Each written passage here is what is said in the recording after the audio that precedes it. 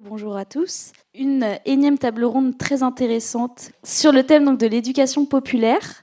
Éducation populaire qui est une pratique très ancrée culturellement, mais là bien sûr qu'on va resituer dans les musées, dans les institutions muséales. Et ça va être l'occasion de réfléchir ensemble à plusieurs questions. Comment déjà s'emparer de ce projet, à la fois un projet poétique et un outil de médiation. Quelle posture cela demande d'adopter, que ce soit pour les personnes qui travaillent dans l'institution, les médiateurs, et aussi comment travailler avec les médiateurs de l'éducation populaire qui sont hors des musées, comment travailler avec eux. Et d'autres réflexions qui viendront sûrement pendant la table ronde. Donc on va vous présenter nos deux intervenants qu'on remercie chaleureusement d'être venus aujourd'hui nous raconter leur expérience. Oui, alors tout d'abord, David Ribolovic, bonjour, merci beaucoup d'être là. Alors vous êtes directeur national des CMEA France, mais vous avez été avant ça un membre actif de ces associations depuis 35 ans, m'avez-vous dit, et éducateur de formation. Alors pour revenir brièvement sur les CMEA, si tout le monde ne connaît pas au cas où, c'est un réseau d'associations territoriales indépendantes d'éducation populaire et qui se présente aussi aujourd'hui comme un mouvement d'éducation nouvelle, de recherche et d'action qui prône l'apprentissage notamment par l'activité.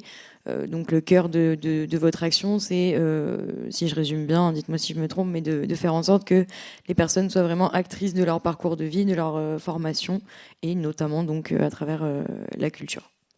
Voilà pour vous. C'est exactement ça. Et ben voilà, parfait. Allez, bonne journée. Au revoir. Et non, car nous avons à côté de nous Laetitia Myrtin. Merci de vous joindre à nous.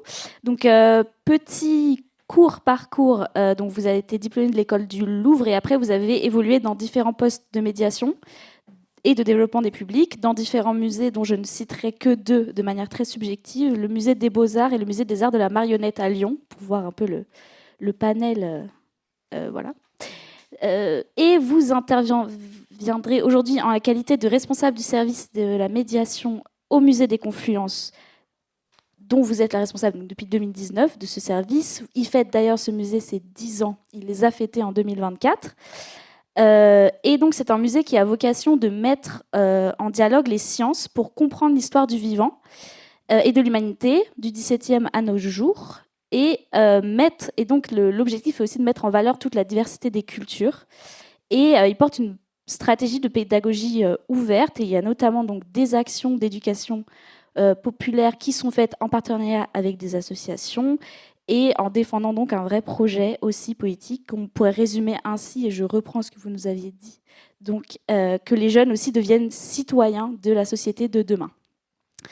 Donc nous allons commencer de manière très méthodique avec nos premières questions adressées à vous deux. Alors, une fois n'est pas coutume, on va reparler de définition encore une fois.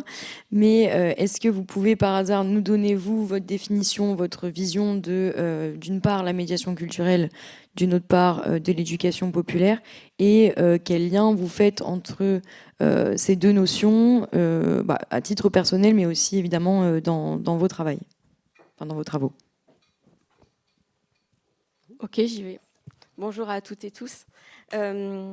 Merci pour la présentation. Pour moi, la médiation culturelle, c'est de la palissade, hein, mais je suis très convaincue de ce que je vais dire. C'est vraiment un espace de dialogue et d'enrichissement commun. Je vais prendre une métaphore. Pour moi, ça me fait penser à du jazz d'impro. Disons que le contenu, c'est vraiment la base qui va nous permettre ensuite une infinité de variations en fonction des publics qu'on rencontre. En ça, pour moi, la médiation, c'est vraiment un art de l'adaptation et de la reconnaissance de l'autre. C'est notre grand principe. Il me semble que, alors je ne vais pas m'embarquer dans une définition de l'éducation populaire, surtout pas. Par contre, je vais dire l'immense respect que j'ai pour ce domaine et qui aujourd'hui, je pense, innerve vraiment, je crois que c'est le domaine qui innerve le plus nos réflexions aujourd'hui dans la médiation culturelle dans notre musée. Et on aura le temps de développer, je pense. Alors, éducation populaire, il n'y a pas de définition, en fait. C'est-à-dire qu'en fin de compte, autant d'acteurs, autant de définitions de l'éducation populaire. Par contre, effectivement, je crois que ce qui est important de rappeler, c'est que c'est un projet politique avant tout. C'est-à-dire que c'est un projet politique qui permet de resituer les personnes concernées par un projet de société, par un projet de vie, d'être au cœur de ce qui les concerne. Et donc de reprendre une place ou de prendre une place pour participer à la construction et par conséquent participer à la volonté de transformation sociale et d'émancipation collective et individuelle. Et je crois que les acteurs de l'éducation populaire, ils vont agir de plein de manières, avec plein de leviers différents. Au CMEA, on a effectivement, on est un mouvement pédagogique, donc on travaille sur la pédagogie. Vous avez parlé de l'éducation nouvelle, effectivement, c'est ce qui nous guide, c'est-à-dire c'est notre démarche pédagogique, c'est-à-dire de retravailler la place des personnes et de s'appuyer sur l'idée de l'activité qui permet aussi d'expérimenter, de vivre et de construire des choses ensemble. Et donc, par conséquent, de grandir à tous les âges de la vie, pas que pour les petits. Voilà. Et effectivement, sur la question de la médiation, alors, moi, je parle peu de médiation culturelle. Alors, je vais être en dehors des clous toute l'après-midi, là, parce que, je ne travaille pas avec les musées, je ne travaille pas dans les musées, mais on a une... Et deuxièmement, cette question de médiation, nous, on parle plutôt effectivement d'accompagnement culturel. C'est-à-dire, c'est effectivement comment quelqu'un va aller à la rencontre d'une œuvre, quelle qu'elle soit. Que ce soit une œuvre d'art de spectacle vivant, une œuvre d'art plastique ou autre. Et donc, effectivement, c'est comment on va mettre en œuvre des démarches pédagogiques, une organisation des espaces, des lieux et des personnes qui vont permettre à chacun et chacune d'aller à la rencontre de ces œuvres et surtout de pouvoir participer à un dialogue avec le monde, c'est-à-dire de pouvoir avoir une ouverture du monde et se construire une vision du monde à partir de la confrontation à l'autre et de la réflexion auprès des autres. Je rebondis, je pense que ce qui nous rassemble beaucoup, c'est à la fois le projet politique de ce que le musée doit être aujourd'hui, à savoir vraiment raisonner avec des enjeux de société. En ça, je suis très alignée avec les collègues de la table ronde précédente. Aussi pour dire que nous, on part quand même de loin quand on est un musée, parce qu'au fond, le musée peut être vécu, et déjà bien souvent vu, comme un lieu de domination symbolique. Donc il va falloir déjà déconstruire pas mal de représentations, que ce soit chez nos publics, qu'ils soient enfants, adultes, seniors, que ce soit aussi chez les animateurs, parce que là on parle d'éducation populaire, il y en a très peu qui ont de bons souvenirs du musée, quand ils venaient par exemple via l'école. On appelle ça des publics captifs, c'est pas pour rien, hein. En général ça se passe... Il y a encore des musées qui sont des lieux très descendants, où pendant 1h30 on va écouter quelqu'un, et c'est épuisant, on n'a pas la place, on n'est pas considéré, et donc ça fait qu'il y a quand même beaucoup de... Il faut peler un peu les couches de l'oignon, quoi, pour arriver à notre vrai objectif. Et je dirais aussi qu'il faut essayer de déconstruire les représentations des médiateurs eux-mêmes. Mais on en reparlera, parce qu'on n'a peut-être pas, au départ, quand on commence, ou même ensuite, on ne partage pas forcément cette idée de domination symbolique auquel il va falloir être très, très vigilant quand on est en rapport avec les publics. Oui, je crois qu'effectivement, quand alors je parlais de projet politique, c'est effectivement quelle est l'ambition collective qu'on a. Et effectivement, ça oblige à nous interroger sur notre manière d'être et de regarder les autres.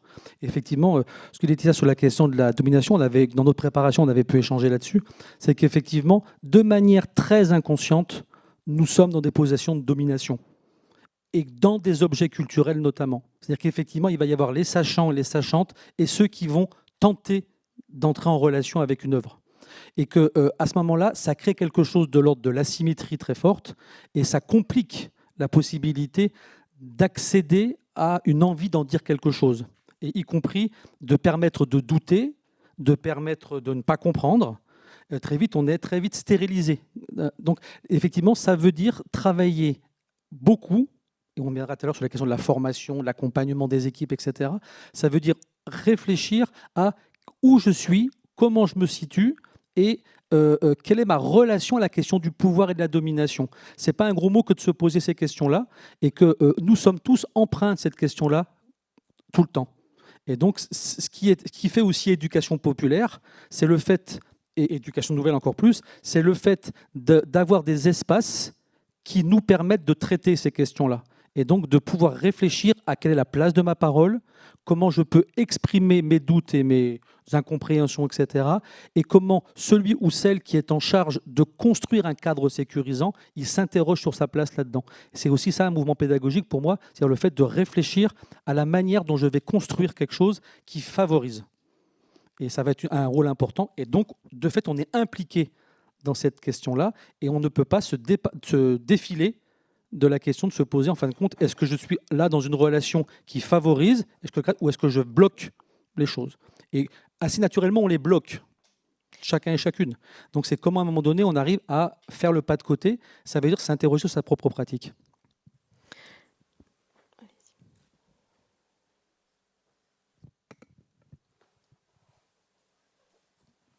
Merci beaucoup pour ces réflexions. On avait une question à laquelle vous venez de répondre en fait à une question qu'on se posait, qui est aussi quel est l'intérêt en fait de cet outil-là de l'éducation populaire dans un musée. Pourquoi vous en êtes emparé alors dans les spectacles vivants ou les musées.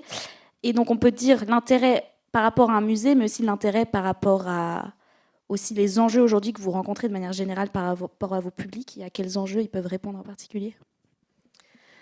Nous, d'une manière générale, on s'est rendu compte que, en fait, moi j'ai commencé quand j'ai travaillé à Confluence au tout début à regarder l'angle mort qui étaient les scolaires, enfin l'angle mort.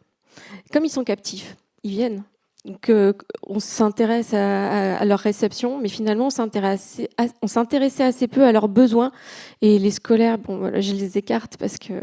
Mais c'est un peu la même idée. Pour l'éducation populaire, on s'est rendu compte, on avait des retours de nos médiateurs qui nous disaient, bon, les animateurs, ils sont assez peu intéressés quand ils amènent un groupe, ils s'effacent, ils se sentent assez peu légitimes d'accompagner le groupe. Le musée, il faut plein de connaissances pour prendre la parole dedans. Enfin, c'est en tout cas ce qu'ils s'imaginent. Donc, les médiateurs étaient très frustrés de la posture que prenaient les animateurs au sein de l'activité. Les enfants, c'est des enfants, hein, ils bougent beaucoup et ça perturbait aussi beaucoup les médiateurs qui, dans une forme de zone de confort, apprécient deux choses essentiellement. C'est dans les retours qu'ils nous font, c'est que les enfants, ils pensent qu'une visite s'est bien passée quand les enfants étaient calmes et qu'ils ont posé plein de questions. A contrario, une visite qui s'est mal passée, c'était des enfants qui s'étaient assez agités et qui avaient l'impression qu'ils n'écoutaient pas. Mais quand on vient déconstruire tout ça, il n'y a rien qui dit qu'ils n'écoutaient pas. Et oui, par contre, leur corps se baladait un peu dans l'espace. Donc, je dirais qu'on a regardé ce qui se passait, on a fait un constat. On a vu aussi que les médiateurs étaient, enfin les médiatrices en final, parce qu'elles sont 99% à être des femmes, donc je dirais médiatrices. Et on a essayé de les accompagner. L'apport de l'éducation populaire, c'est déjà de revenir aux besoins du public, aux besoins des publics. Comment mettre en sécurité aussi à la fois les enfants, les accompagnateurs, les animateurs et les médiatrices. Et là, on a commencé à regarder aussi nos formats. Ils étaient trop longs. Ils étaient avec beaucoup trop de discours, avec très peu de place laissée au corps, à l'activité, à la rythmique. Et en fait, au final, ce que ça a apporté à notre vision de la médiation, c'est qu'on a raccourci des formats, qu'on les a entièrement repensés, qu'aujourd'hui, au-delà même des activités qu'on va consacrer à l'éducation aux enfants, aux jeunes de l'éducation populaire, on se retrouve d'une manière globale à avoir repensé nos formats qui sont plus vivants, plus joyeux, plus libres. Et on pense la parole des publics. On leur laisse de la place. Et ça, c'est vrai que c'est pas évident pour un médiateur qui, en général, se rattache au contenu et à son contrôle. Parce que c'est pas évident, en fait, d'être face à un groupe. Et que si on ouvre la parole, on va se retrouver avec des questions auxquelles on s'attendait pas, auxquelles on n'a pas les réponses. Peut-être à des choses qui vont complètement nous désorienter. Par exemple, nous, on est un musée de sciences. Quand il y a des petits qui nous disent « Est-ce que la Terre, elle est plate ?» ça désarçonne, mais surtout, on n'a aucun droit de se dire « Enfin, non, elle est ronde ». Mais ça n'a jamais aidé d'affirmer qu'elle était ronde. Donc, aujourd'hui, laisser la place à de la parole, c'est déjà être dans la considération des chemins de vie de tout un tas de publics différents, au-delà même de l'éducation populaire. C'est laisser la place à l'autre de se construire une réflexion. Parce que asséner des vérités, là, bon, même si on est en plus dans un contexte de post-vérité et de fake news et compagnie, comme on est une institution, notre parole, elle est de moins en moins crédible, ou il y a un manque de confiance. Et donc, on en est plutôt à travailler à la façon dont les enfants, les jeunes ou les adultes en général vont pouvoir eux-mêmes construire un savoir sur la base de certains faits qu'on va leur apporter.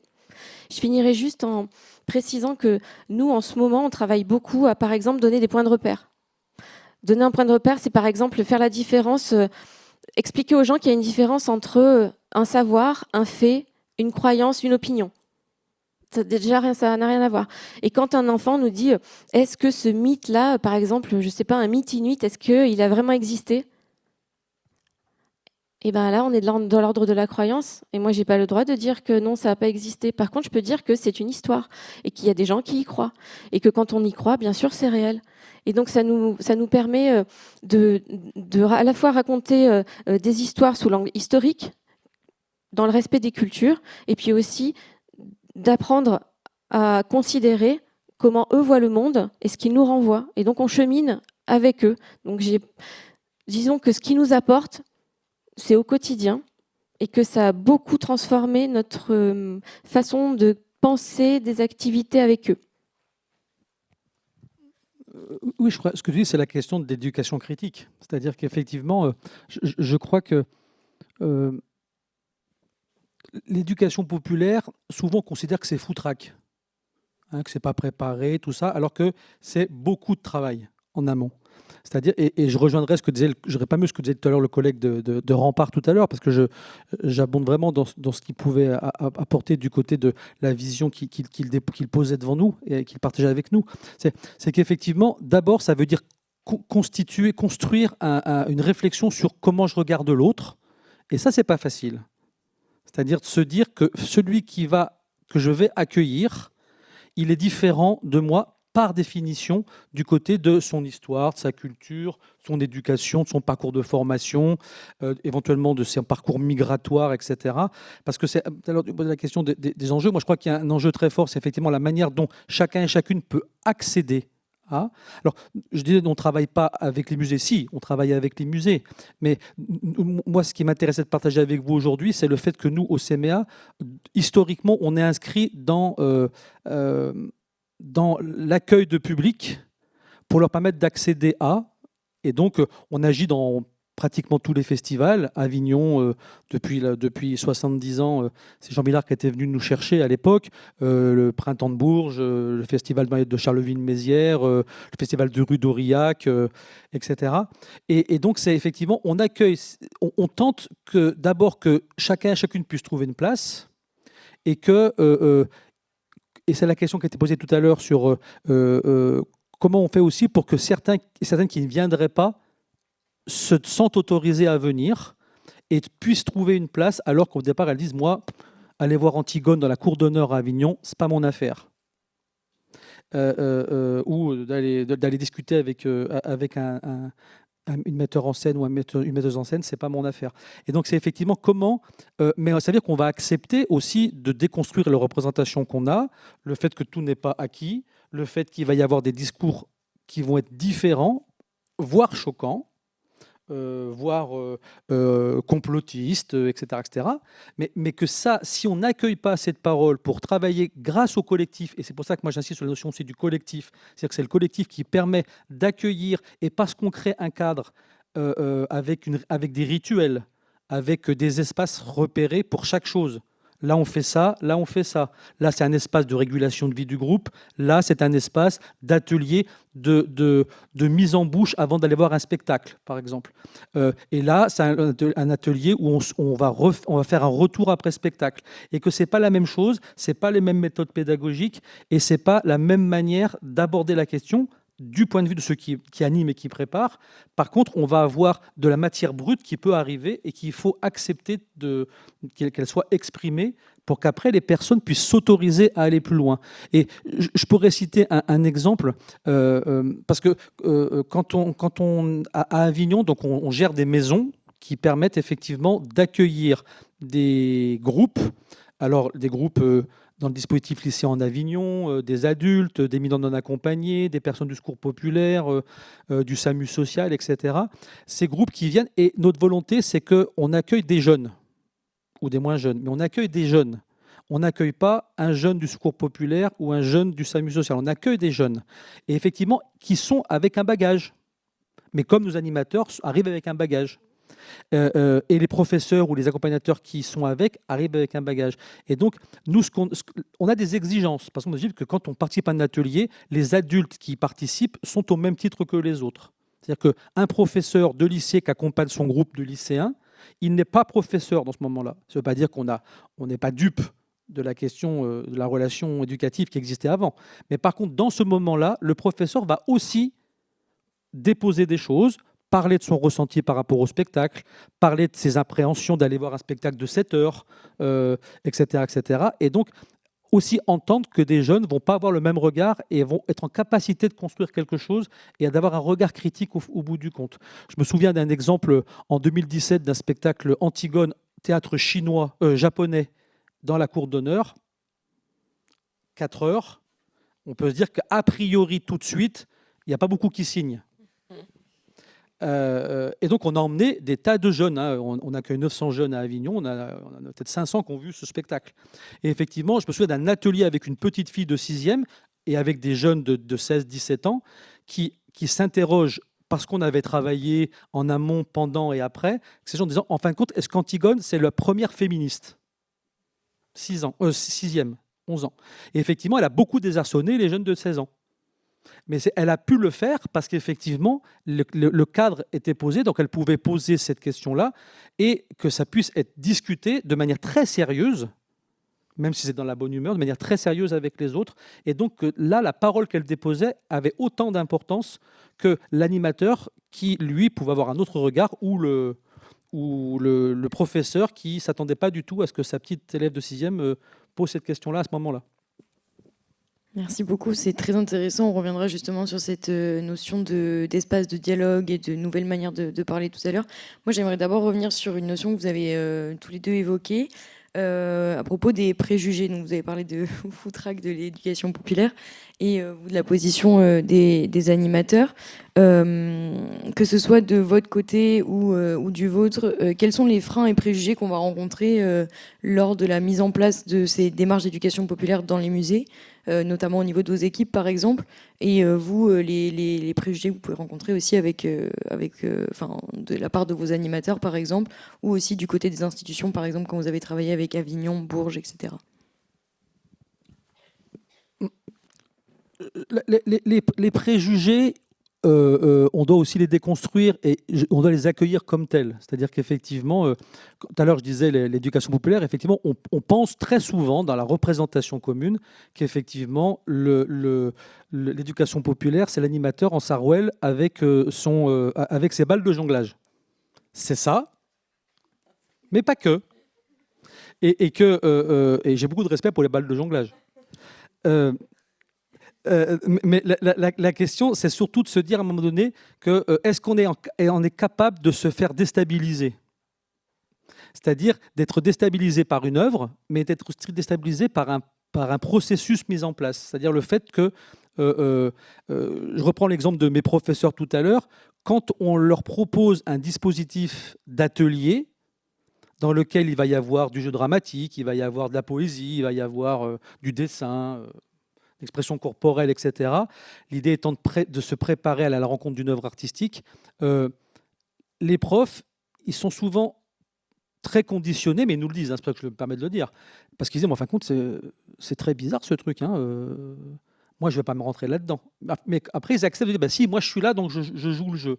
Et effectivement, c'est-à-dire de faire le pas de côté que la proposition qu'on fait, qui est hors des canons habituels des apprentissages, c'est-à-dire que c'est aussi ça l'éducation populaire, c'est d'abord de considérer que toute activité est importante et permet des apprentissages et permet de travailler l'émancipation. Et l'éducation nouvelle, elle ne hiérarchise pas la question des activités. C'est-à-dire que agir de faire des arts plastiques, de faire un cours de maths ou d'être dans la nature à rénover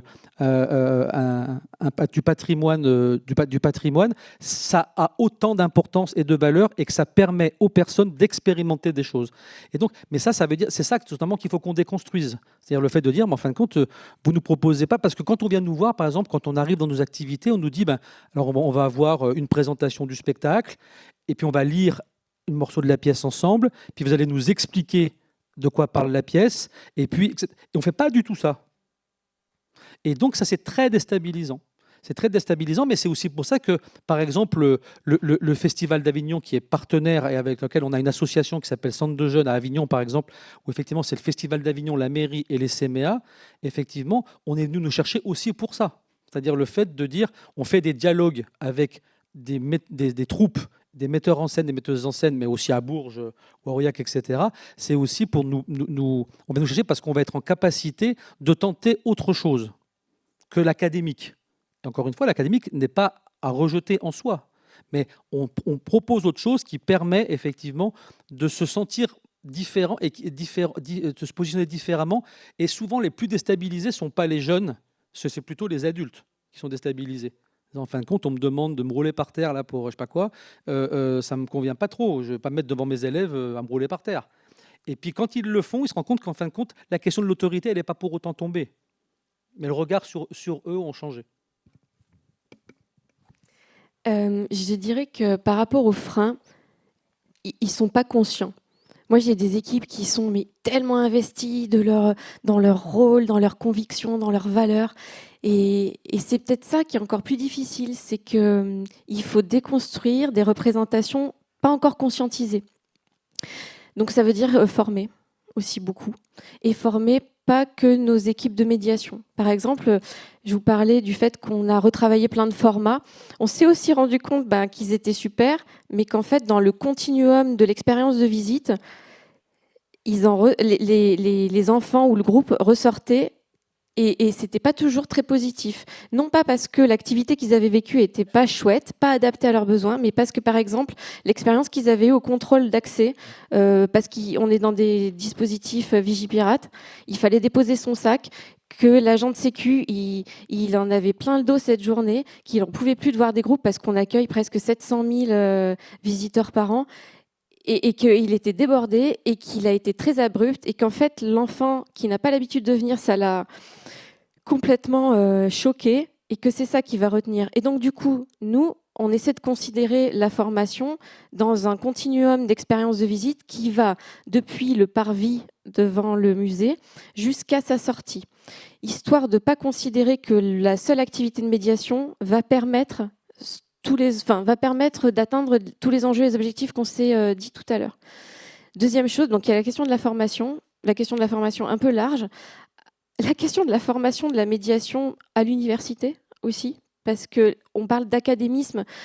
Je pense qu'encore il y a une forme d'académisme dans la façon dont on enseigne ce qu'est la médiation aujourd'hui. On a beaucoup de jeunes qui pensent que la médiation, ça va être de délivrer du savoir ou de faire le lien entre des objets et des publics. En fait, je crois que c'est plus trop ça, en fait, la médiation. Enfin, je pense qu'il s'agit de considérer les autres, de reconnaître les gens dans tout ce qu'ils savent. Ce qui m'effare le plus dans un musée, c'est que je vois à quel point les gens savent des choses, mais qu'ils n'ont pas conscience qu'ils savent. C'est de la métacognition. En fait, il faudrait aider les gens à repérer toute leur richesse et tout ce qu'ils savent. Et comment on arrive à créer des liens avec les objets qui sont exposés. Un collègue parlait ce matin de comment fonctionne une exposition. Ça raconte une histoire, et puis en fait, c'est à nous de créer tous les liens entre les différents objets et l'histoire qui nous est contée. Ça va être ça, en fait, aussi dans un musée, avec plein d'objets d'origine hyper variée. Et du coup, les freins, ils sont multiples. On n'a pas les codes. On est persuadé qu'il ne faut pas faire de bruit, qu'il ne faut pas courir. Il y a certains agents qui vont nous le rappeler, alors même qu'on essaie d'expliquer toute l'année que si on a le droit de courir, bon, il ne faut pas se faire mal, hein, évidemment, mais on a le droit d'être agité, on a le droit de pleurer dans un coin quand on n'en peut plus. Les musées sont des lieux de vie, en fait. Donc des freins, je dirais qu'il y en a beaucoup, en fait, si on se met à les regarder tous. On s'attelle au quotidien à essayer de les dépasser et surtout à faire prendre conscience de qu'est-ce qu'on veut que les gens vivent et qu'est-ce qu'on veut qu'ils ressortent avec quoi comme sentiment et comme sensation. Je peux vous donner je peux vous montrer quelques photos, peut-être que ça vous parlera. C'est tout bête, hein, mais c'est déjà que vous voyez le musée. Si je vous en parle. Bon, alors, c'est déjà pas un temple un peu antique, donc on n'est peut-être pas très impressionné, mais il est quand même impressionnant d'une autre façon. C'est une espèce de vaisseau monstrueux. et sur un parvis vide. Donc déjà, faut oser pouvoir rentrer dans ce bâtiment. Alors une fois qu'on a été super courageux ou alors qu'on nous a forcé à rentrer, on est dans une architecture de verre et de fer dans lequel on va avoir... Alors là, c'est là où on a un peu plus de chance, c'est qu'on a des collections qui sont quand même assez esthétiques, assez belles. On a un squelette de baleine en suspension qui retourne à la mer. On a des naturalisations, des collections des dinosaures. Alors ça, c'est chouette parce que les enfants, en fait, quand ils voient ça, ils en oublient un peu tous les freins, et même les animateurs, même eux-mêmes qui ont pu être traumatisés lors d'une venue au musée, ils se disent « Ah oui, mais attends, ça c'est pas mal, en fait, ça, parce que c'est un dinosaure. Du coup, j'ai des choses qui me viennent quand je vois ces objets-là. » Des collections du monde. Bon, là, c'est des arts africains et inuits. Des collections de sciences naturelles, par exemple. Voilà. Et après, des petites photos qui me mettent en joie, juste pour vous dire que déconstruire, c'est pas si facile. Et déconstruire au sein d'un musée qui charrie tout un tas de représentations, c'est peut-être moins évident que nous aller sur place à la rencontre des gens là où ils sont déjà, comme une sorte de politesse de base. Déjà, on va se présenter et on va essayer de créer une relation de confiance. En essayant que le médiateur soit toujours le même dans ses actions qui peuvent être récurrentes. Je vous en ai mis parce que aussi il y a des ratages et que je vois la tête du petit qui n'en peut plus à droite. Et que quelque part, moi, je suis pas là pour faire un satisfecit, je suis là pour vous montrer aussi les endroits où ça marche pas, où on continue à travailler et où le musée, ça reste un endroit où c'est fatigant en fait d'écouter quelqu'un. Comme là, je suis en train de le faire, vous avez décroché au moins 20 fois et c'est normal. Ça peut être long. Et les deux en haut, c'est des ratages aussi. C'est qu'on les met dans des salles, on est en train d'y travailler, on les met dans des salles où ils attendent comme à l'école. Et donc, tout ce qu'on essaie de déconstruire sur le continuum d'expérience de visite et tout, là, on s'est rendu compte que déjà, attendre là, avant de partir à l'aventure dans le musée, ça teinte déjà beaucoup l'expérience de visite.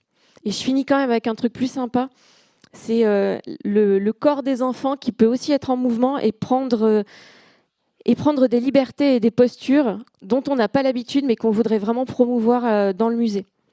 Et je vous ai dit un mot dehors les murs, et après je te repasse la parole.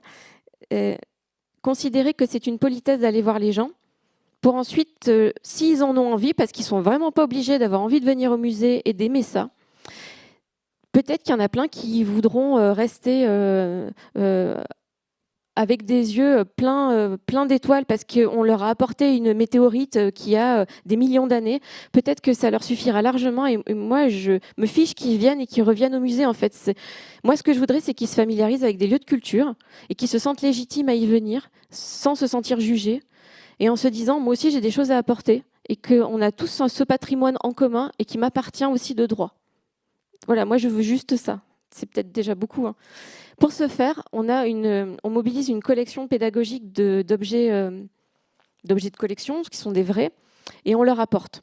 Et ils ont le droit de les toucher, de les manipuler. Alors, il y a de la casse, des fois, mais il y a surtout un immense respect et un sentiment de considération. Et ça m'intéresse. Et c'est un premier pas. Il n'y a rien qui est gagné à partir de là, mais disons qu'on les met dans des conditions qui sont déjà plus propices, parce qu'ils auront au moins eu le sentiment, parce qu'on est sincère, qu'on les considère.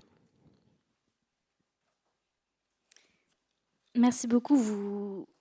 On va essayer d'entrer un tout petit peu plus dans le détail, même si vous avez commencé à l'expliquer.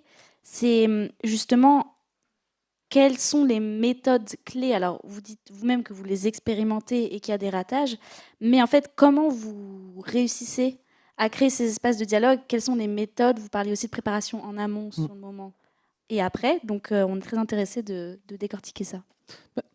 Je crois qu'effectivement, j'insistais tout à l'heure sur la nécessité de préparer. C'est-à-dire qu'effectivement, il y a un gros travail en amont qui permet, on est très attentif, nous, à la question des espaces d'accueil, des différents espaces, de leurs fonctions, de la manière dont on les construit, dont on les prépare. Et donc, dans tous les événements culturels dans lesquels on agit, c'est plusieurs jours d'installation. Installation des maisons, installation des chambres, parce qu'on parlait, effectivement, on accueille des jeunes qui viennent là plusieurs jours. Donc, c'est installation des chambres, c'est installation des espaces de dialogue, c'est installation des espaces de repas. C'est la différenciation entre les espaces de vie personnelle et les espaces collectifs. Donc, ça, c'est aussi important pour nous parce que ça permet de prendre le temps de se dire comment je vais accueillir les personnes. Et que les personnes, quand elles arrivent, elles se disent « je suis attendu ». Et ça me semble être important. Et après, effectivement, tout à l'heure, je parlais de la question des rituels.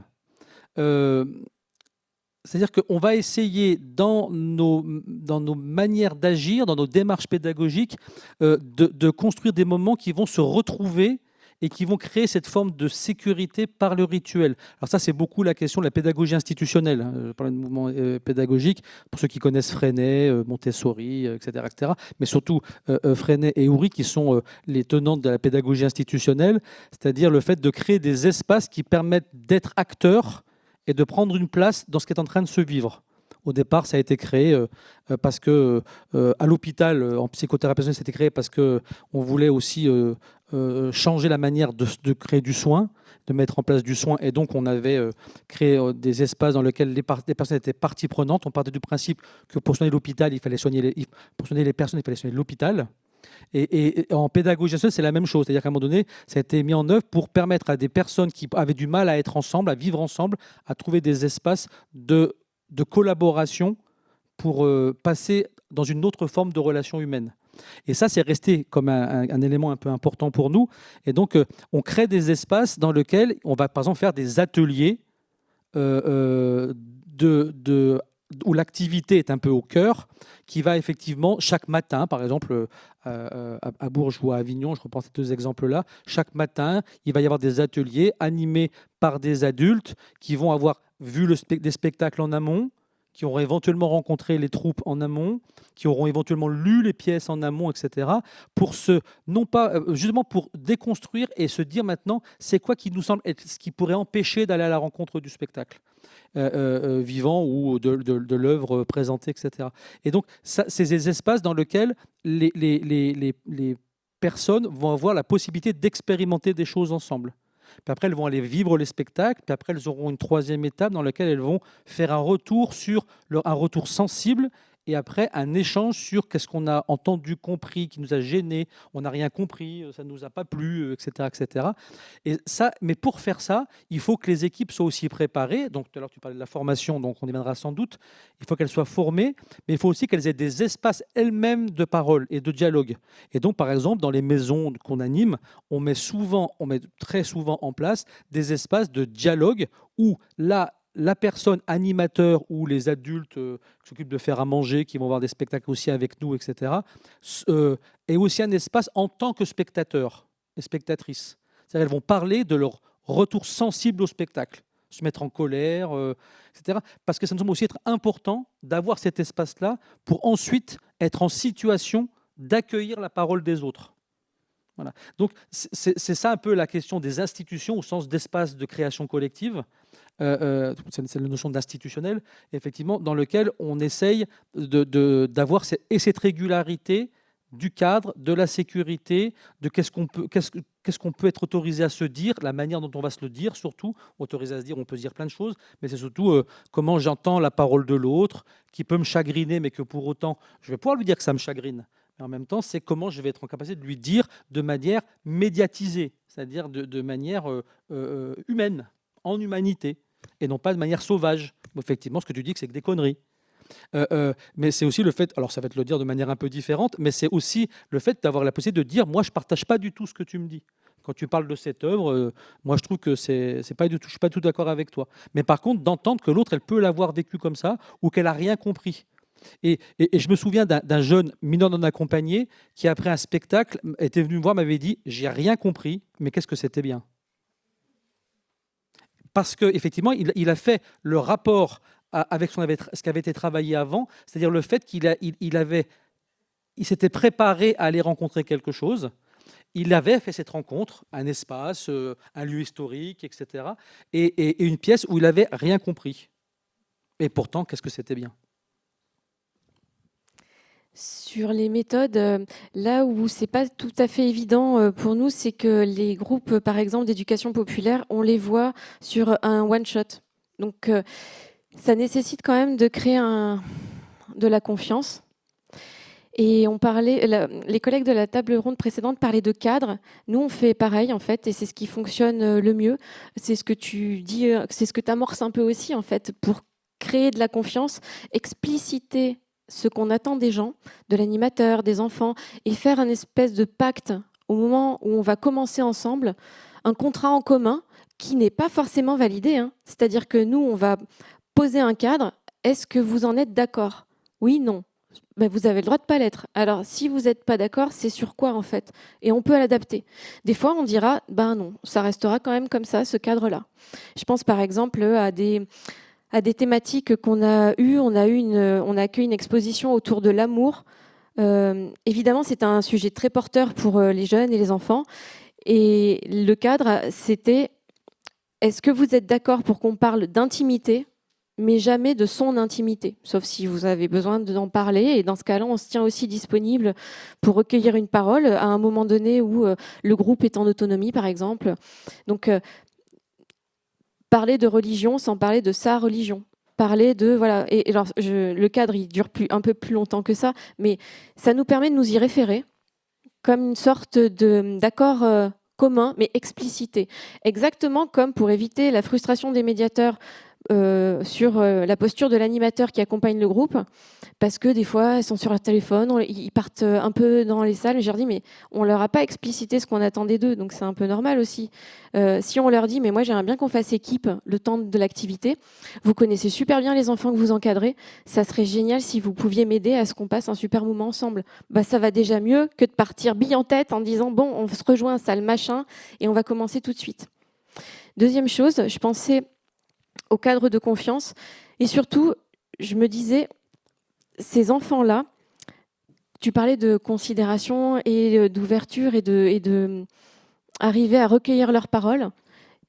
Il leur faut beaucoup de courage, des fois, pour, à l'intérieur d'une institution, dire ben, « moi, j'ai pas compris.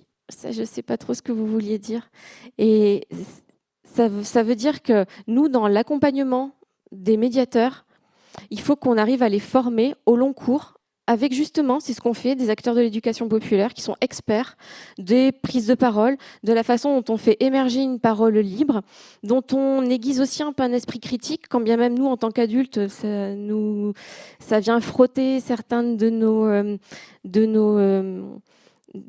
certaines de nos certitudes. Ça demande beaucoup de formation, en fait. Donc c'est peut-être ce que... Quand on parle de méthode, je dirais qu'en fait, ça se prépare beaucoup. Et faut préparer les enfants, mais il faut aussi beaucoup préparer les professionnels qui sont censés les accueillir après.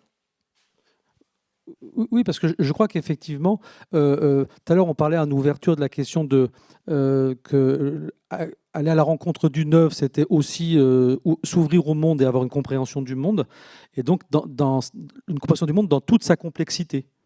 C'est-à-dire qu'effectivement, les personnes qui vont vivre ce moment-là avec nous sont traversées par des histoires et qui peuvent être revécues très violemment en rencontrant une œuvre. Et qu'il faut aussi travailler cette question-là parce que, je vais prendre un autre exemple d'une série de pièces d'Emma Dante, qui est une dramaturge italienne, effectivement, qui traite de sujets souvent de manière très courte. C'est des pièces d'1 heure, mais de manière très intense, et c'est des sujets qui sont souvent très douloureux. Et effectivement, une fois, il y avait une pièce qu'on avait proposée à la programmation, et c'était sur la prostitution. Donc effectivement, la question c'est, cette pièce, elle va être sans doute dérangeante, mais en même temps, c'est le sujet de la pièce, donc on ne va pas faire comme si ça n'existait pas. Et parce qu'elle est présente du début jusqu'à la fin, même si ce n'est pas que ça l'histoire, c'est présent, c'est en filigrane. Et donc, c'était aussi, à ce moment-là, je me rappelle avoir accompagné une équipe d'animateurs et d'animatrices qui ne l'avaient pas forcément pris en compte comme étant quelque chose qui pourrait être douloureux. Ils le prenaient comme un objet artistique, ils le prenaient comme un objet de société, mais comment ça allait être reçu par les gamins qu'on accueillait là et les jeunes qu'on accueillait là. Et effectivement, moi, je leur dis, vous savez, on ne sait pas quels sont leurs parcours. Et donc, il est important de prendre en compte ça. Non pas pour leur dire, vous ne viendrez pas en parler parce que ça va être trop douloureux pour vous, mais sur le fait de dire, de réfléchir à la manière dont je vais rentrer en relation et je vais pouvoir en dire quelque chose qui va aussi tranquilliser le dépôt de la parole. Et donc, le fait effectivement, il y avait des jeunes qui étaient concernés par cette question-là, mais comme on a été voir une pièce de Milo Rao sur la violence de la migration, où effectivement, on avait 25 jeunes mineurs non accompagnés, ils le prennent en pleine figure. Et donc, mais pour autant, ils arrivent à ce moment-là à se dire... Je peux en dire quelque chose, non pas forcément que de mon parcours personnel, mais je peux vivre ce moment-là ensemble, y compris en dire quelque chose, sans avoir envie de fuir. Et d'ailleurs, ils disent à la fin, quand on a fait le bilan de ce séjour avec eux, de dire qu'ils avaient été très contents, d'abord de ne pas être perçus que comme des mineurs non accompagnés, mais d'être perçus comme des jeunes spectateurs et spectatrices, et d'avoir eu un espace qui leur permettait de vivre des choses différentes, et en même temps de ne pas mettre de côté des sujets qui auraient pu être gênants, qu'on aurait pu vivre comme gênants. Mais, et donc, ça veut dire, effectivement, on en revient à la question de la préparation. C'est indispensable, et de la formation, on y viendra peut-être après, mais c'est la formation aussi. J'allais y venir justement à la question de la formation, parce que vous parlez de formation, mais aussi de déconstruction. Donc, c'est deux notions qui, peut-être de prime abord, peuvent paraître un peu contradictoires. Comment on déconstruit, mais en même temps on forme, donc comment ne pas reformater quelque chose, etc. Donc comment vous vous y prenez-vous, et notamment quels sont aussi, vous disiez, notamment Laetitia, les échanges entre animateurs et médiateurs, donc quelle place ça prend dans vos projets, vous aussi, David, avec les projets que vous menez, comment tout ça s'organise et comment sont créés les espaces d'échange, notamment au niveau des médiateurs et des animateurs. Nous, on a décidé de collaborer avec le réseau des Francas, qui est un autre acteur d'éducation populaire. On fait intervenir les experts eux-mêmes, en fait, parce que nous, moi, j'ai un parcours, comme vous l'avez dit, d'histoire de l'art, médiation. J'étais très enfin, je le suis sans doute toujours, en fait. Je suis encore très formatée. Je me déconstruis moi-même, en fait, pour essayer de reconstruire des petits bouts derrière. Donc, on fait intervenir des gens, des experts de leur domaine et des experts de questions de pédagogie, de prise de parole, de reconnaissance de l'autre. Et c'est eux qui viennent former les médiateurs. Nous, on travaille à ensuite des référentiels communs pour essayer de partager des valeurs sur le métier et de voir comment on peut travailler autrement de la façon dont on a été éduqué à la médiation. Donc on partage les temps de formation, exactement comme tu le disais, c'est-à-dire que tous ensemble, et moi, au même titre que tout le monde, je peux me mettre à me rouler par terre devant les équipes. C'est arrivé, bizarrement, vous avez tous les mêmes méthodes. Et ça crée, quelque part, ça crée de la confiance, parce que je crois qu'il n'y aurait rien de pire que de demander à des professionnels de la médiation de dire « je veux que vous ayez cette posture avec nos publics » et que nous, en interne, on ne leur offre pas le même possible. Ça serait une grande segmentation qui ne serait pas cohérente. En fait, il y aurait une rupture qui serait atroce à vivre. Et donc, toutes les valeurs qu'on promeut pour les publics, on essaie vraiment de les tenir en interne, en créant les espaces de dialogue dont tu parlais, le fait que tout le monde a droit d'être épuisé d'une visite, tout le monde a droit d'être super remonté par ce qu'il a vécu. On n'y voit jamais... l'expression, elle est libre, du moment qu'il y a évidemment un cadre, et que cette formation-là, ça nous permet au fil de l'eau, alors, de déconstruire et de former derrière. Alors, on continue à avoir, et c'est normal parce que moi, je ne veux pas des individus lisses qui pensent exactement comme je veux qu'ils pensent. On continue à avoir certains conflits de valeurs, notamment sur des visions du métier. Alors, ce n'est pas sur tout le métier, c'est sur des petits points de la façon dont on réagit à tel ou tel enfant qui a un propos complotiste, ou tel animateur qui croit qu'effectivement, il y a des géants enterrés dans le désert. Moi, je ne suis pas sur le terrain, pas tous les jours. Alors que eux, oui. Donc en fait, à un moment donné aussi, je me dois d'écouter leurs paroles et de les considérer aussi dans les difficultés qu'ils rencontrent. Donc tout ce que je vous dis en termes de valeurs, de charte de médiation, parce qu'on y a beaucoup travaillé, c'est des repères communs, des référentiels communs qu'on vient sans arrêt réinterroger, parce que c'est pas du tout une fin en soi. Je dirais que c'est un point de départ. Et qu'ensuite, chacun dans nos rôles respectifs, on vient un peu se renvoyer la balle et se pousser un peu dans nos retranchements, de manière super constructive et respectueuse et bienveillante. Et je pense que ça nous fait beaucoup avancer. Je dirais que je n'ai pas de recette. J'ai rien à partager de choses. C'est parce que la médiation, en fait, ça s'invente au fur et à mesure et en fonction de chaque personne qu'on rencontre. Donc, on essaie d'établir certains process. Là, on est en train de travailler avec les Francas sur les formes d'adresse qu'on va avoir pour les animateurs et les coordinateurs de structure, pour qu'ils se disent... éviter qu'ils se disent « Oh, heureusement, demain, on a Bubble Foot, mais avant, va falloir aller au musée. » Parce que forcément, ça teinte un peu l'expérience de visite aussi des enfants qui vont amener. Donc, nous, plutôt que de nous dire « Mais il ne faut pas dire ça », en fait, on se pose plutôt la question « Ok, qu'est-ce qui fait que pour vous, ça va être compliqué de venir chez nous ? Est-ce qu'il y a des... comment on peut vous aider, en fait ? Comment on peut vous accompagner ? Qu'est-ce que vous savez déjà de... plein de choses là. Si je vous montre plein de photos, est-ce que ça vous évoque un souvenir personnel ? Est-ce que ça vous évoque quelque chose qui vous donne envie, quelque chose qui vous révolte, un fait de société peut-être que vous avez vu passer récemment ? Nous, des fois, on est confrontés à des questions sur la restitution des œuvres parce qu'on a des collections d'ethnologie. On est confronté à l'appropriation culturelle. On est très remis en question sur des endroits de là où le musée est en résonance avec l'actualité. Et c'est très important que ça soit ainsi. C'est très important qu'on vienne nous sortir de nos zones de confort. Et c'est pour ça aussi que je n'ai pas de réponse à tout. C'est parce que sans arrêt, on est en train de réfléchir, de se poser des questions. Des fois, ça va marcher pour 2 ans. Et ensuite, l'équipe, elle va tourner, l'équipe, elle va changer et il faudra reconstruire. Et peut-être qu'on va reconstruire un tout petit peu différemment de la façon dont on l'a fait précédemment, en avançant un peu avec toujours nos super partenaires qui nous font beaucoup progresser. Moi, je ne sais pas. Enfin, la question de la déconstruction, c'est à prendre avec beaucoup de pincettes, parce que je ne suis pas certain de comprendre ce que ça veut dire déconstruire. C'est un terme qu'on emploie aujourd'hui beaucoup, mais je vois bien le concept. Mais ce que je veux dire là-dedans, c'est que nous, ce qu'on tente de faire, ce n'est pas de faire changer d'avis les personnes. Pas du moins comme on l'imagine. C'est-à-dire que ce n'est pas discours contre discours. Ce n'est pas proposition contre proposition. Nous, ce qu'on tente de faire, c'est à partir des démarches pédagogiques qu'on propose, des espaces qu'on institue, des manières d'accueillir, etc., c'est d'initier la possibilité de se rencontrer.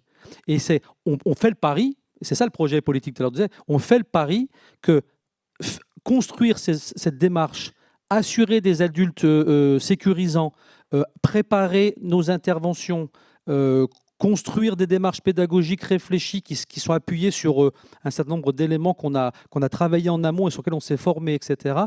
On fait le pari que ça va permettre aux personnes d'accepter de poser leurs valises, d'accepter des fois de se dévoiler un peu, au sens de dire des choses, de leur manière de vivre, de considérer le monde, etc. Et par conséquent, parce qu'il y a l'altérité, parce qu'on n'est pas tout seul et parce qu'il y en a d'autres qui sont là aussi, avec aussi des parcours, des histoires, etc., le fait à un moment donné de se dire, ça va créer quelque chose de l'ordre du pas de côté. C'est-à-dire le fait de dire, en fin de compte, je pensais ça, peut-être que pas tant. Donc peut-être qu'il faut que je pense un peu autrement. C'est ça le pari qu'on fait, plutôt que de se dire, tu dis un truc, je te dis que c'est pas comme ça qu'il faut que tu penses. Alors je suis très caricatural, mais c'est exactement la même chose. Moi, je positionne la même chose pour les adultes. C'est-à-dire que l'exemple tout à l'heure, je parlais de la petite jeune de 6e qui dit Antigone, la première féministe, ça nous oblige aussi à dire, oh, moi, il y a des fois, je participe à des ateliers avec des jeunes qui me font un retour de la manière dont ils ont vu le spectacle. Moi, je n'ai pas du tout vu comme ça, et ils viennent m'ébranler dans ma vision du spectacle. Et donc, mais ils viennent m'ébranler pourquoi ? Parce qu'effectivement, le cadre dans lequel je suis là fait qu'il peut me dire « moi, je ne suis pas d'accord avec toi ». tu as vu ça comme ça, moi je ne l'ai pas du tout vu comme ça, parce que moi je pense plutôt que c'est ça. Ou cette œuvre, parce qu'on accompagne aussi, par exemple en Grand Est, il y a des projets autour d'accompagnement dans les musées, etc., d'aller à la rencontre des musées et de passer la porte, etc., avec des personnes, notamment c'était des demandeurs d'asile. Mais c'est effectivement le fait de se dire, ben oui, je crée toutes les conditions et je tiens le cadre qui permettent de le faire pour qu'on puisse accepter de dire, de dire où on en est et d'accepter que l'autre me dise qu'il n'est pas d'accord avec moi ou qu'il est d'accord avec moi. Donc moi, c'est plutôt ça que j'appelle de la déconstruction, dans le sens où on fait le pari de cette œuvre commune. Après, effectivement, si on attend de nous le fait de dire vous avez un groupe de jeunes qui pensent comme ça, il faut qu'à la sortie, ils pensent comme ça, ben je dis c'est pas avec nous qu'il faut venir travailler. Parce que c'est pas ça qu'on va faire. On va effectivement, il y a des gens qui vont partir et qui vont avoir les mêmes convictions en arrivant qu'en partant. Et puis on a quelques jeunes ou beaucoup de jeunes qui vont dire, ben, en fin de compte, vous m'avez amené à penser, j'étais très très rétif à la question du genre, ça m'intéressait pas, je comprenais rien. Là, je me rends compte que mais c'est pas moi qui dis que qu'il fallait penser, ou qu'il fallait penser autrement. C'est parce qu'effectivement le groupe là, à ce moment-là, se dit, c'est une question qui est présente dans le débat parce qu'elle était présente dans une œuvre, dans un spectacle, dans une rencontre avec un metteur en scène, une metteuse en scène, avec un plasticien ou autre. Et je trouve que c'est ça qui est important. Et nous, on doit être très fort dans la tenue de ce cadre pour que les personnes se sentent sécures pour le faire. C'est ça qu'il faut qu'on tienne, et ça passe par, je le disais tout à l'heure, la démarche pédagogique et les espaces concrets. Donc c'est ça que moi je dirais du côté de la déconstruction, plutôt que de se dire il faut que nous déconstruisions ton image de telle chose, parce que ça, moi je ne crois pas que ça fonctionne comme ça. Mais peut-être que je me trompe. Hein. Merci pour tous ces apports. On a beaucoup parlé en fait des enjeux, de comment faire, pourquoi le faire comme ça et qu'est-ce que ça apporte. Justement sur qu'est-ce que ça apporte, est-ce que c'est possible, est-ce que c'est envisageable, est-ce que c'est souhaitable aussi de mesurer les impacts de ces actions-là? Est-ce que vous, par rapport aussi à d'autres dispositifs de médiation que vous avez pu expérimenter dans vos anciens postes, qu'est-ce que ça change? Donc voilà, en comparaison avec d'autres types d'actions culturelles, quels seraient les impacts selon vous et est-ce possible de les mesurer? Je vais être un peu provocateur. Effectivement, les pouvoirs publics aiment bien qu'on parle d'impact. Donc effectivement, seulement c'est un petit peu plus compliqué que ça. C'est-à-dire qu'effectivement, on a travaillé avec l'humain, c'est du long terme, et souvent, nous ne voyons pas les éventuels bénéfices du travail qu'on a mis en œuvre.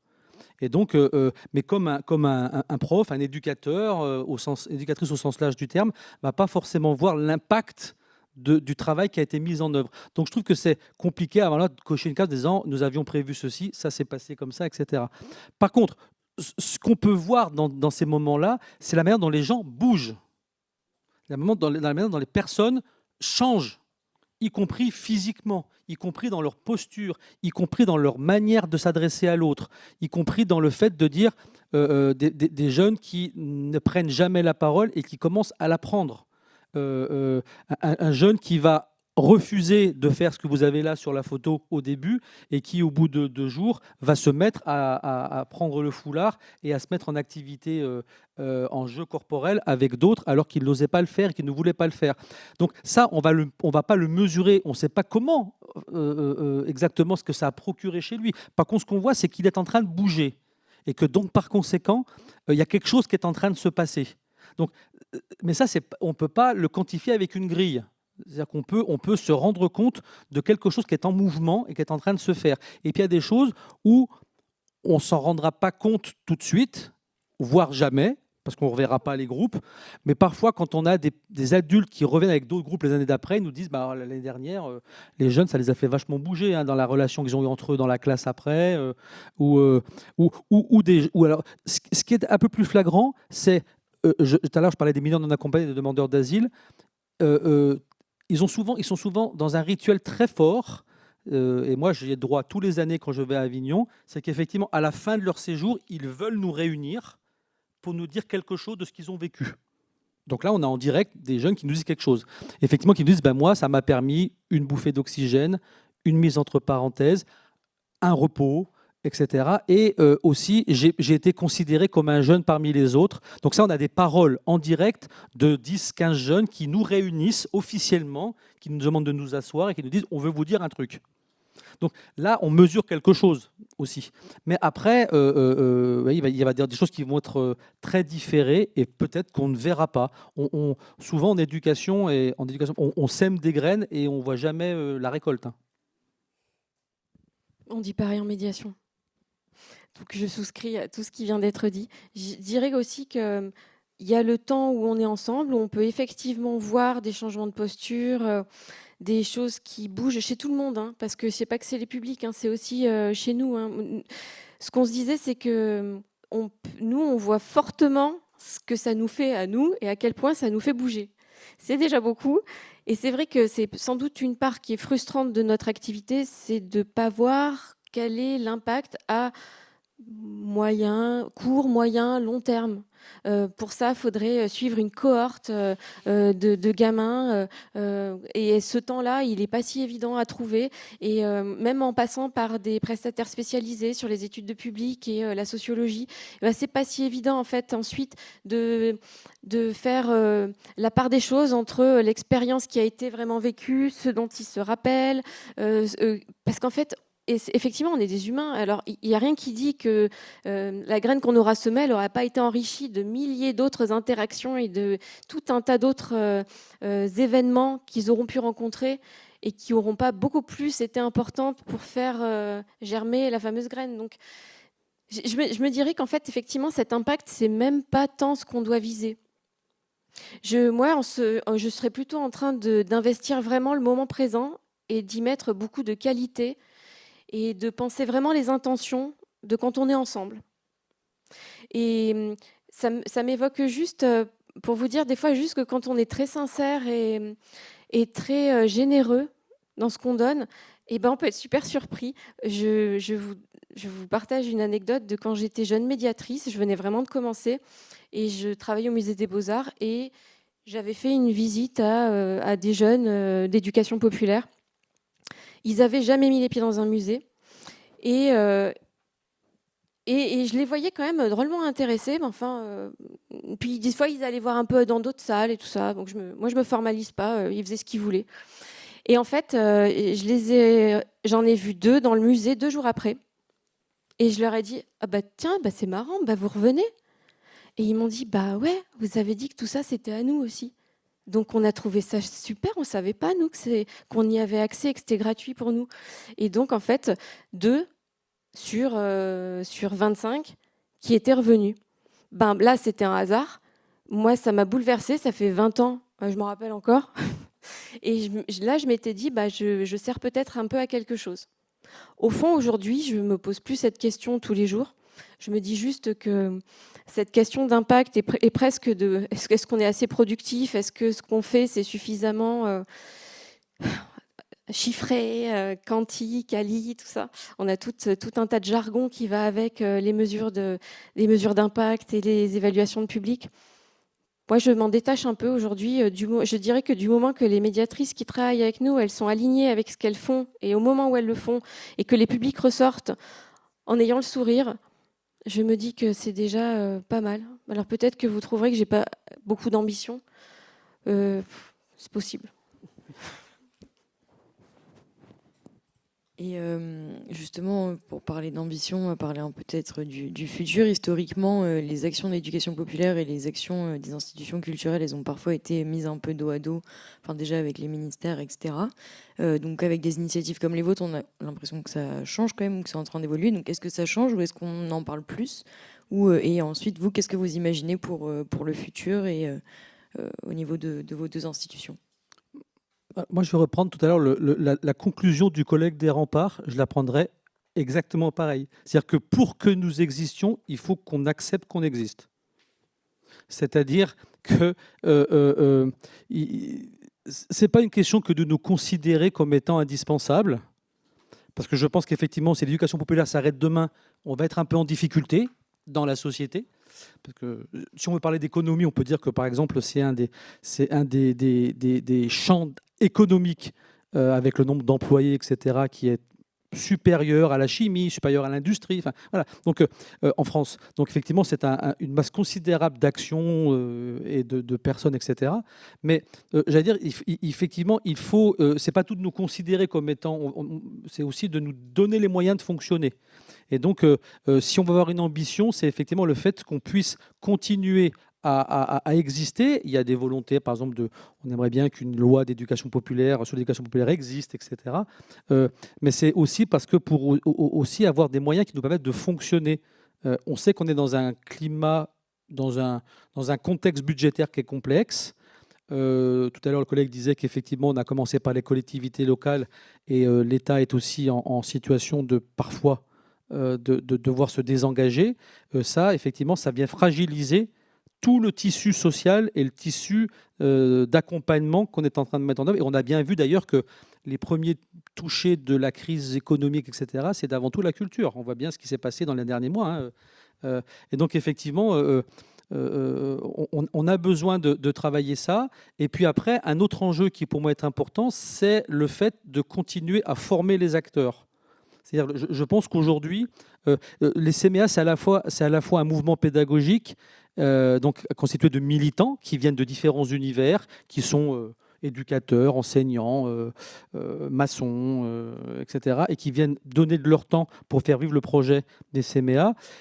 Mais c'est aussi un organisme de formation, parce qu'on a toujours considéré, donc d'un côté, il y a nos terrains d'application, dont je vous ai parlé depuis tout à l'heure, mais on a aussi cet organisme de formation, parce qu'on part du principe, et c'est comme ça qu'on a été créé au départ il y a 90 ans, on part du principe que les personnes qui agissent ont besoin d'avoir des espaces de formation, des espaces d'analyse de pratique, etc. Et donc d'avoir des espaces dans lesquels elles peuvent régulièrement venir re-questionner leurs pratiques, pas que techniques, mais aussi tout ce qui a été dit tout à l'heure par Laetitia, c'est-à-dire de réinterroger ma posture, de réinterroger, etc. Et donc, je pense qu'un des enjeux, c'est toujours d'avoir des espaces qui permettent aux acteurs de la culture, de l'éducation populaire, etc., de se former régulièrement pour pouvoir tenir le fil, qui est complexe, parce que ce qu'on dit, ça peut paraître très idyllique, c'est souvent très complexe, c'est sur le fil du rasoir, et donc la formation des adultes qui encadrent, elle est importante, formation pour celle continue, espace d'échange de pratiques, etc. C'est indispensable pour tenir les deux bouts, c'est-à-dire tenir l'ambition du projet et tenir aussi la technicité dont on a besoin, parce que ce n'est pas tout de mettre en place des ateliers, etc. Il faut aussi développer une connaissance de l'activité, une maîtrise de l'activité, que ce soit le jeu dramatique ou autre, une connaissance d'histoire de l'art pour certains, etc. Donc, pour tenir les deux bouts, il faut aussi avoir des espaces pour se former et se ressourcer soi-même. Donc, nous, on est aussi au risque de formation et donc on défend le droit à la formation tout au long de la vie, et notamment pour les acteurs du champ de l'éducation, qui sont confrontés régulièrement à l'évolution des enjeux sociétaux et sociaux, l'évolution de la précarité, on en parle beaucoup de la santé mentale actuellement, on parle beaucoup de toutes ces questions-là qui effectivement sont très prégnantes et qui viennent percuter de plein fouet l'activité quotidienne de tous les éducateurs, éducatrices et des médiateurs, médiatrices qui vont accueillir des publics très différents, qui peuvent aussi être en difficulté, etc. D'où la nécessité d'avoir des espaces pour se ressourcer et construire sa pratique professionnelle. Je souscris absolument à ce qui vient d'être dit. Je rajouterais simplement qu'il ne me semble pas qu'on était... Enfin, moi, j'ai jamais senti du dos à dos entre médiation et éducation populaire. Au contraire, en fait, depuis que je travaille dans le champ de la médiation, j'ai toujours vu des actions partout où j'ai travaillé, et tous les collègues que j'ai rencontrés dans plein de colloques, dans des journées d'études. En fait, c'est juste que ça se sait très peu parce que c'est de la médiation et que c'est pas ça qu'on valorise et dont on parle en général. Par contre, je sais l'engagement de tous mes collègues en médiation et en général, ce que là j'ai dit, en général, c'est aussi assez partagé, c'est-à-dire qu'on a un combat commun avec des enjeux communs et que aussi ça peut être notre rôle, disons, en tant qu'institution publique, que de valoriser certains partenariats et d'y tenir et d'être engagé dans cette forme de collaboration pour soutenir des réseaux d'acteurs qui sont si importants aujourd'hui dans la coéducation des jeunes. Et nous, en médiation, en fait, on fait forcément écho à leur engagement. Et quand ils subissent des coupes, on les subit aussi. Donc en fait, on est vraiment dans le même... je dirais qu'on est dans le même bateau. Merci beaucoup à vous deux, David et Laetitia, d'avoir partagé vos expériences. Merci.